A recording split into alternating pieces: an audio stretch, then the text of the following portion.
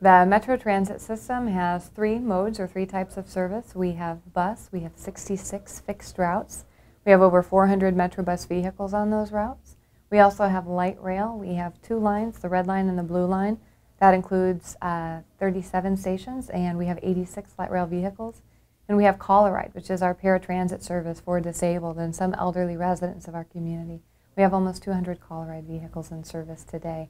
The Metro system on a typical year right now carries about 46 million passenger boardings. Our light rail alignment is really the spine of our transit system. It provides a high capacity, high speed spine of service, and then the bus routes are really the reach or the fingers of this system. And so our transit ridership today is much higher than it was before. And in fact, in the 5 years leading up to the cuts we implemented in March 2009, our system ridership grew 18%.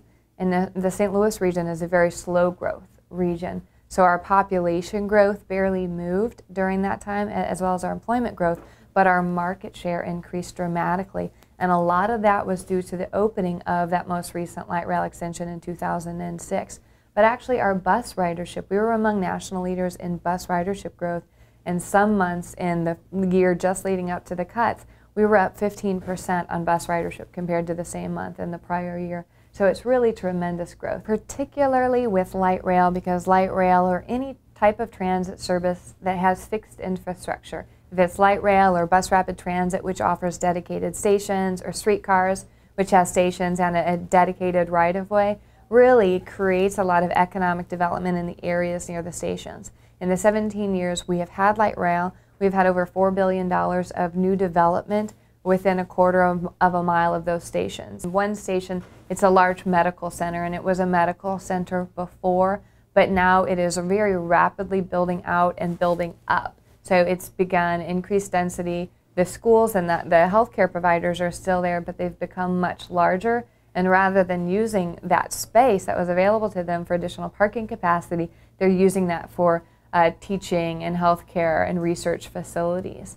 In our downtown area, we've experienced tremendous growth with convention and visitor type businesses. We have a new convention center, we have a new baseball stadium. All of these things are adjacent to light rail stations. You know, I think for the St. Louis region, we've had a lot of things against us. Like I said, we're not rapidly growing, but the investments that we have made in our transit system have allowed us to remain competitive as a city, more so than I think we would have had we not made that initial investment in light rail and the investments in bus service. I think bus rapid transit, which again we hope to implement really soon, is going to help us create this robust transit system. It's helped us to attract some of the major employers to the region. We've lost a lot of manufacturing employment, as have many cities in the Midwest and the Northeast. But what we are trying to attract right now and have had some success with is attracting life sciences and different segments of the healthcare and finance industry. These are industries that are very sensitive to having strong infrastructure, livable, sustainable communities that are going to help them attract the diverse and educated workforce that they so rely on. And I don't think we would be where we're at now without the investments that we've made in transit. So I think it's been a great stride for the St. Louis metro area. We've made some bold moves and some big investments. We just passed a half-cent sales tax during a recession for our transit system, but I think it's a strong statement coming from the people of St. Louis that they expect these higher levels of service and investment in their community.